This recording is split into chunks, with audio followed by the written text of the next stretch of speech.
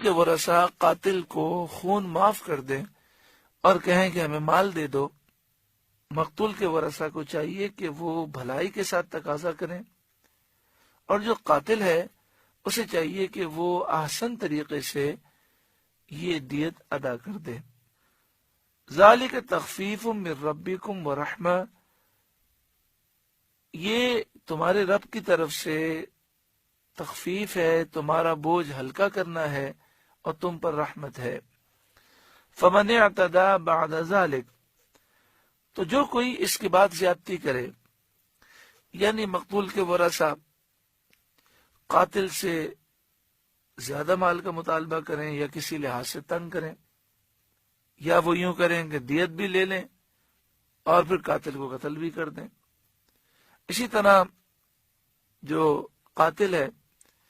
وہ پہلے تو کہے کہ مجھے معاف کر دیں، میں دیت دوں گا، پھر دیت دیے بغیر وہ فرار ہو جائے، تو جو کوئی زیادتی کرے اس کے بعد فَلَهُ عَذَابٌ علیم، تو اس کے لیے دردناک عذاب ہے۔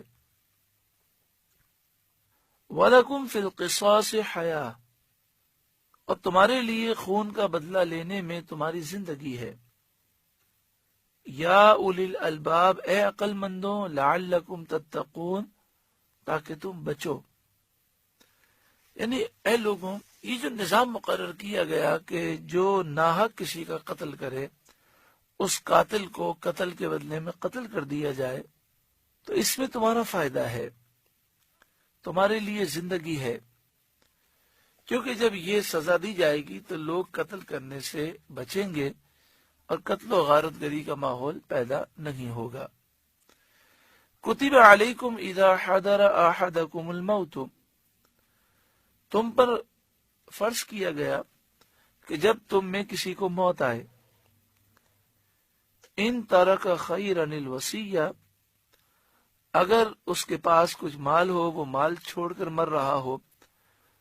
تو اس پر فرض ہے وصیت کرنا، للوالدین، والدین کے لیے، والاقربین، اور قریبی رشتہ داروں کے لیے، بالمعروف، شریعت کے مطابق۔ جب اللہ تبارک و تعالی نے وراثت کے احکام کو نازل نہیں فرمایا تھا تو اس وقت یہ آیت کریمہ نازل ہوئی اور حکم دیا گیا کہ مرنے والا وصیت کر کے مرے کہ والدین کو اتنا دینا ہے، قریبی رشتہ داروں کو اتنا مال ملے گا، اور یہ وصیت کرنا فرض تھا، ضروری تھا۔ لیکن جب وراثت کے احکام نازل ہو گئے، اب یہ وصیت کرنا ضروری نہیں ہے۔ اب مستحب یہ ہے کہ مرنے والا یہ وصیت کرے کہ جو شرعی طور پر وراثت کا حصہ بنتا ہے وہ میرے ورثاء میں تقسیم کیا جائے اور ناانصافی نہ ہو، شرعی احکام پر عمل کیا جائے۔ اگر اس طرح وصیت کر کے جائے تو یہ افضل و اعلیٰ ہے، اور اگر وصیت نہ بھی کرے تو گناہگار نہیں ہوگا، کیونکہ شریعت نے ہر ایک کا حصہ مقرر کر دیا، لہذا تمام ورثاء میں شریعت کے مطابق تقسیم کر دی جائے گی۔ یہ مسئلہ بھی یاد رکھیں کہ پیارے آقا صلی اللہ علیہ وآلہ وسلم نے ارشاد فرمایا، لا وصیت للوارث، وارث کے لیے وصیت نہیں کی جا سکتی۔ کیا معنی ہے اس کے؟ اس کے معنی یہ ہے کہ وارث کو وہی حصہ ملے گا جو شریعت نے مقرر کیا،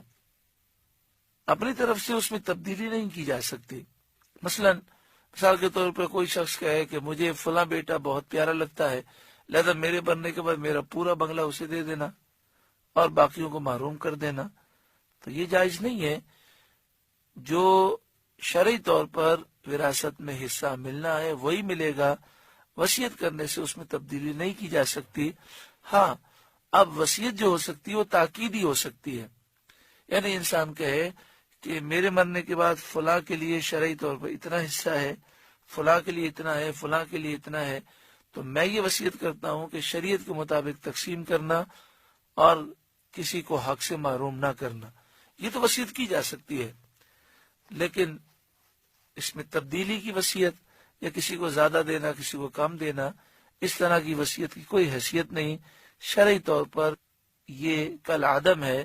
یعنی اس کی کوئی ویلیو نہیں ہے۔ اسی طرح مرنے والا مرض الوفات کے اندر اگر وصیت کرنا چاہتا ہے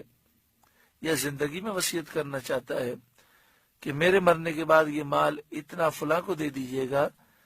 تو غیر وارث کے لیے وصیت کی جا سکتی ہے، مگر تہائی مال تک وہ وصیت جاری ہوگی۔ اس سے زائد کی وصیت کی تو زائد پر عمل نہیں ہوگا۔ مثلا 3 کروڑ روپے ہیں اور وہ کہتا ہے 1 کروڑ روپے فلاں میرے دوست کو دے دینا، تو یہ تہائی ہے، تو اس وصیت پر عمل کرنا ضروری ہے۔ اور اگر وہ یہ کہے کہ 2 کروڑ روپے فلاں کو دے دینا، تو پھر اس کی وصیت پر عمل نہیں ہوگا، صرف 1 کروڑ پر عمل ہوگا اور باقی جو بچ جانے والے 2 کروڑ ہیں وہ ورثہ میں تقسیم ہوں گے۔